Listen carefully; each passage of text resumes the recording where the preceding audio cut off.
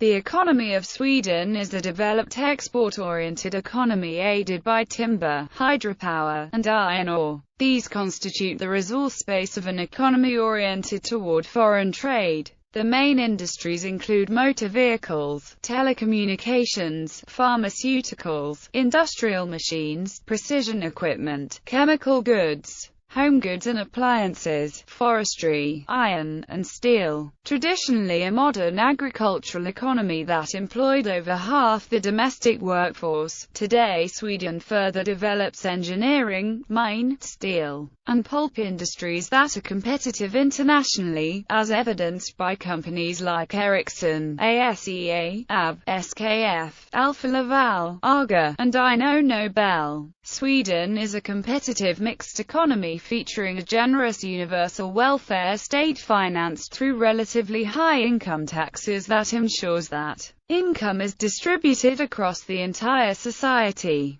A model sometimes called the Nordic model. Approximately 90% of all resources and companies are privately owned, with a minority of 5% owned by the state and another 5% operating as either consumer or producer cooperatives. Because Sweden as a neutral country did not actively participate in World War II, it did not have to rebuild its economic base, banking system, and country as a whole, as did many other European countries. Sweden has achieved a high standard of living under a mixed system of high-tech capitalism and extensive welfare benefits. Sweden has the second highest total tax revenue behind Denmark, as a share of the country's income. As of 2012 update, total tax revenue was 44.2% of GDP, down from 48.3% in 2006. The National Institute of Economic Research predicts GDP growth of 1.8%, 3.1% and 3.4% in 2014, 2015 and 2016 respectively. A comparison of upcoming economic growth rates of EU countries revealed that the Baltic states, Poland,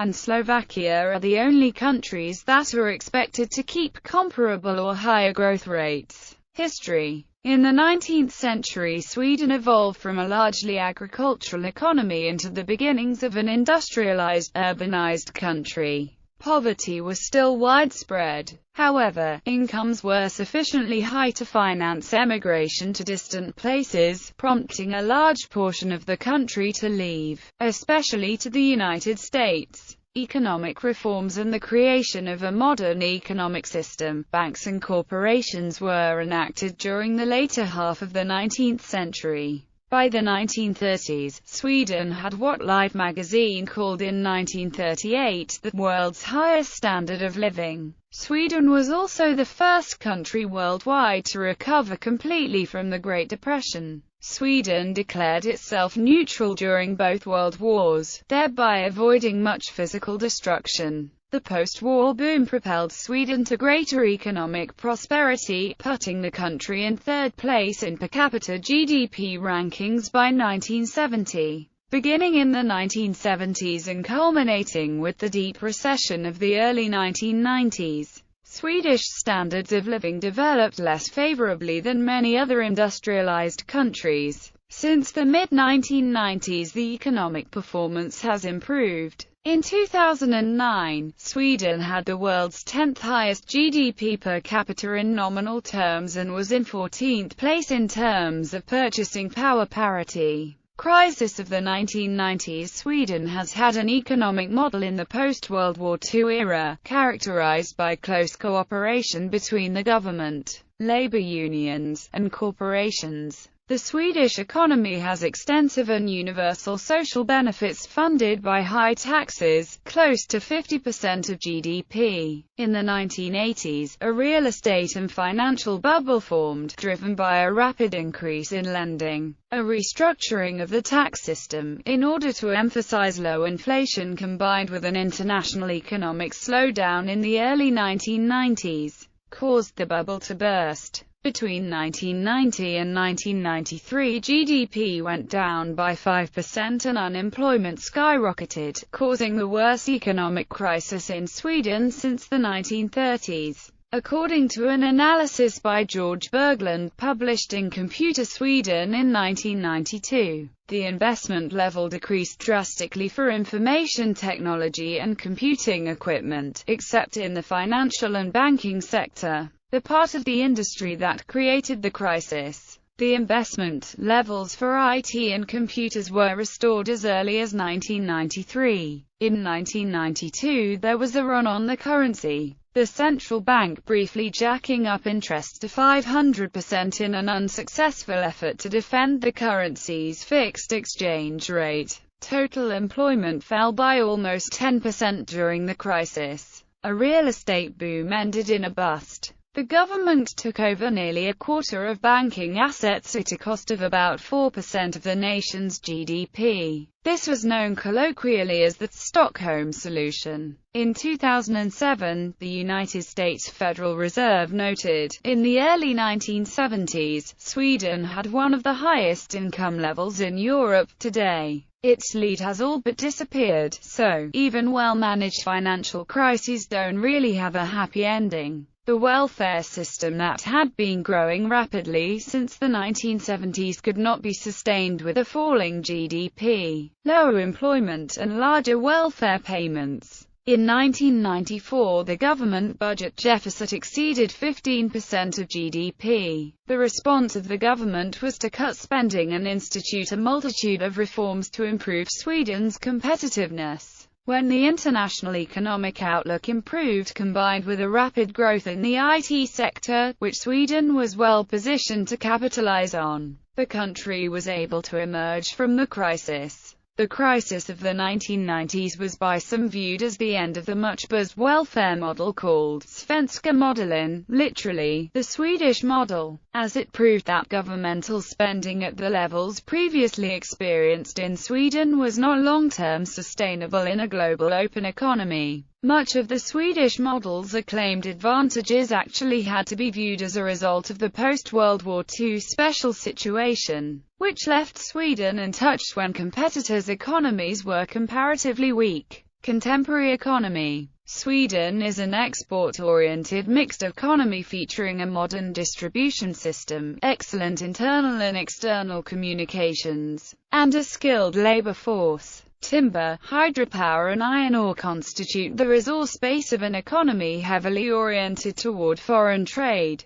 Sweden's engineering sector accounts for 50% of output and exports. Telecommunications, the automotive industry and the pharmaceutical industries are also of great importance. Agriculture accounts for 2% of GDP and employment. The 20 largest Sweden-registered companies by turnover in 2013 were Volvo, Ericsson, Vattenfall, Skanska, Hennes and Mauritz, Electrolux, Volvo Personvagnar, Preem, Telias Norra, Sandvik, ICA, Atlas Copco, Nordea, Svenska Cellulosaaktiebolaget, Scania, Securitas, Nordstjernan, SKF, Abnorden Holding and Sony Mobile Communications AB. Sweden's industry is overwhelmingly in private control, unlike some other industrialized Western countries, such as Austria, Italy or Finland. State-owned enterprises were always of minor importance. One important exception to this rule is LKAB, which is a state-owned mining company, mostly active in the northern part of the country. Some 4.5 million residents are working, out of which around a third with tertiary education. GDP per hour worked is the world's ninth highest at $31 in 2006, compared to $22 in Spain and $35 in United States. According to OECD, deregulation, globalization, and technology sector growth have been key productivity drivers. GDP per hour worked is growing 2.5% a year for the economy as a whole, and trade terms balanced productivity growth 2%. Sweden is a world leader in privatized pensions, and pension funding problems are small compared to many other Western European countries. Swedish labor market has become more flexible, but it still has some widely acknowledged problems.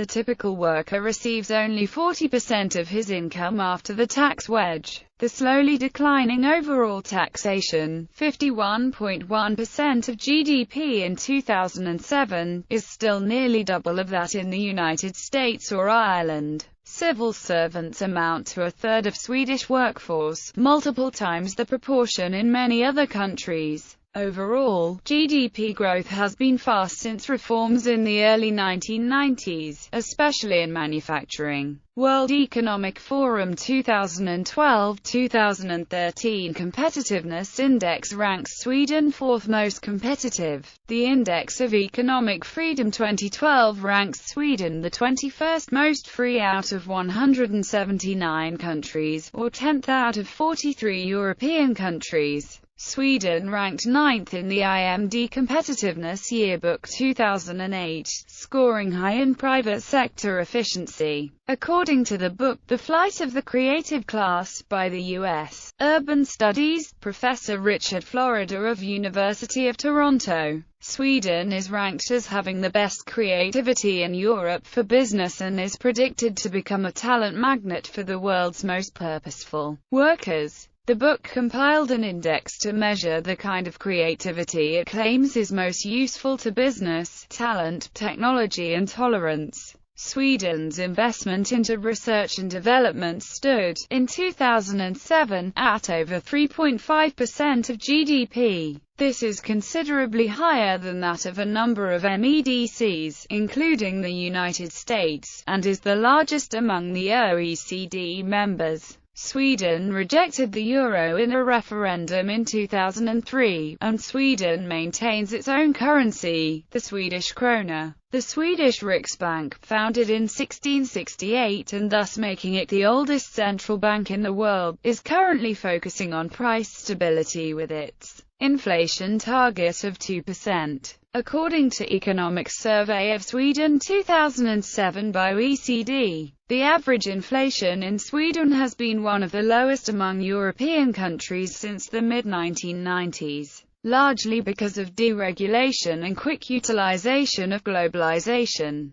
The largest trade flows are with Germany, United States, Norway, United Kingdom, Denmark and Finland. The Swedish economic picture has brightened significantly since the severe recession in the early 1990s. Growth has been strong in recent years, and even though the growth in the economy slackened between 2001 and 2003, the growth rate has picked up since, with an average growth rate of 3.7% in the last 3 years. The long-run prospects for growth remain favorable. The inflation rate is low and stable, with projections for continued low levels over the next 2 to 3 years. Since the mid-1990s, the export sector has been booming, acting as the main engine for economic growth. Swedish exports also have proven to be surprisingly robust. A marked shift in the structure of the exports, where services, the IT industry, and telecommunications have taken over from traditional industries such as steel, paper and pulp,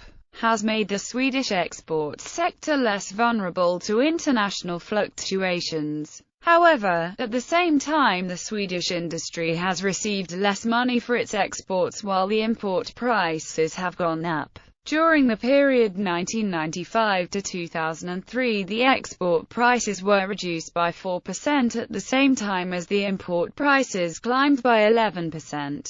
The net effect is that the Swedish terms of trade fell 13%. By 2014, legislators, economists and the IMF were warning of a bubble, with residential property prices soaring and the level of personal mortgage debt expanding. Household debt to income rose above 170% as the IMF called on legislators to consider zoning reform and other means of generating a greater supply of housing as demand was outstripping supply. By August 2014, 40% of home borrowers had interest-only loans, while those that didn't were repaying principal at a rate that would take 100 years to fully repay. The government budget has improved dramatically from a record deficit of more than 12% of GDP in 1993. In the last decade, from 1998 to present, the government has run a surplus every year, except for 2003 and 2004. The surplus for 2011 is expected to be 99 billion krona. The new, strict budget process with spending ceilings set by the Riksdag, and a constitutional change to an independent central bank, have greatly improved policy credibility. From the perspective of longer-term fiscal sustainability, the long-awaited reform of old age pensions entered into force in 1999. This entails a far more robust system vis-à-vis adverse demographic and economic trends, which should keep the ratio of total pension disbursements to the aggregate wage bill close to 20% in the decades ahead. Taken together, both fiscal consolidation and pension reform have brought public finances back on a sustainable footing. Gross public debt, which jumped from 43% of GDP in 1990 to 78% in 1994, stabilized around the middle of the 1990s and started to come down again more significantly beginning in 1999. In 2000 it fell below the key level of 60% and had declined to a level of 35% of GDP as of 2010. Economic and Monetary Union. Current economic development reflects a quite remarkable improvement of the Swedish economy since the crisis in 1991–93, so that Sweden could easily qualify for membership in the third phase of the Economic and Monetary Union of the European Union, adopting the euro as its currency. In theory, by the rules of the EMU, Sweden is obliged to join, since the country has not obtained exception by any protocol or treaty. Nevertheless, the Swedish government decided in 1997 against joining the common currency from its start on 1 January 1999. This choice was implemented by exploiting a legal loophole, deliberately staying out of the European exchange rate mechanism. This move is currently tolerated by the European Central Bank, which however has warned that this would not be the case for newer EU members. In the first years of the 21st century, a majority for joining emerged in the governing Social Democratic Party, although the question was subject of heated debate, with leading personalities in the party on both sides. On 14 September 2003, a national referendum was held on the euro. A 56% majority of Swedes rejected the common currency, while 42% voted in favor of it. Currently no plans for a new referendum or parliamentary vote on the matter are being discussed, though it has been implied that another referendum may take place in around 10 years. Unemployment. In contrast with most other European countries, Sweden maintained an unemployment rate around 2% or 3% of the workforce throughout the 1980s. This was, however, accompanied by high and accelerating inflation. It became evident that such low unemployment rates were not sustainable, and in the severe crisis of the early 1990s the rate increased to more than 8%. In 1996 the government set out a goal of reducing unemployment to 4% by 2000. During 2000 employment rose by 90,000 people, the greatest increase in 40 years, and the goal was reached in the autumn of 2000. The same autumn the government set out its new target, that 80% of the working-age population will have a regular job by 2004. Some have expressed concern that meeting the employment target may come at a cost of too high a rate of wage increases, hence increasing inflation. However, as of August 2006, roughly 5% of working-age Swedes were unemployed, over the government-established goal. However, some of the people who cannot find work are put away in so-called labor market political activities, referred to as AMS-åtgärder. According to Jan Edling, a former trade unionist, the actual number of unemployed is far higher. and those figures are being suppressed by both the government and the Swedish Trade Union Confederation. In Edling's report he added that a further 3% of Swedes were occupied in state-organized job schemes, not in the private sector. He also claimed a further 700,000 Swedes are either on long-term sick leave or in early retirement. Edling asks how many of these people are in fact unemployed. According to his report, the actual unemployment rate hovers near 20%. Some critics disagree with this concept of actual unemployment, also termed broad unemployment, since they do not see e.g. students who rather want a job, people on sick leave and military conscripts as unemployed. According to Swedish statistics, unemployment in June 2013 was 9.1% in the general population and 29% amongst 15 to 25-year-olds. Trade unions. Around 70% of the Swedish labour force is unionized. For most unions there is a counterpart employers' organisation for businesses. The unions and employer organisations are independent of both the government and political parties, although the largest confederation of unions, the National Swedish Confederation of Trade Unions or LO, maintains close links to one of the two major parties, the Social Democrats. The unionization rate among white-collar workers is exceptionally high in Sweden, since 2008 higher than for blue-collar workers. In 2013 blue-collar density was 66% and white-collar density 73%. Just before the considerably raised fees to union unemployment funds in January 2007, blue-collar and white-collar union density was the same. The average union density was the 70% both in 2011, 2012 and 2013. There are two major confederations that organize professionals and other qualified employees: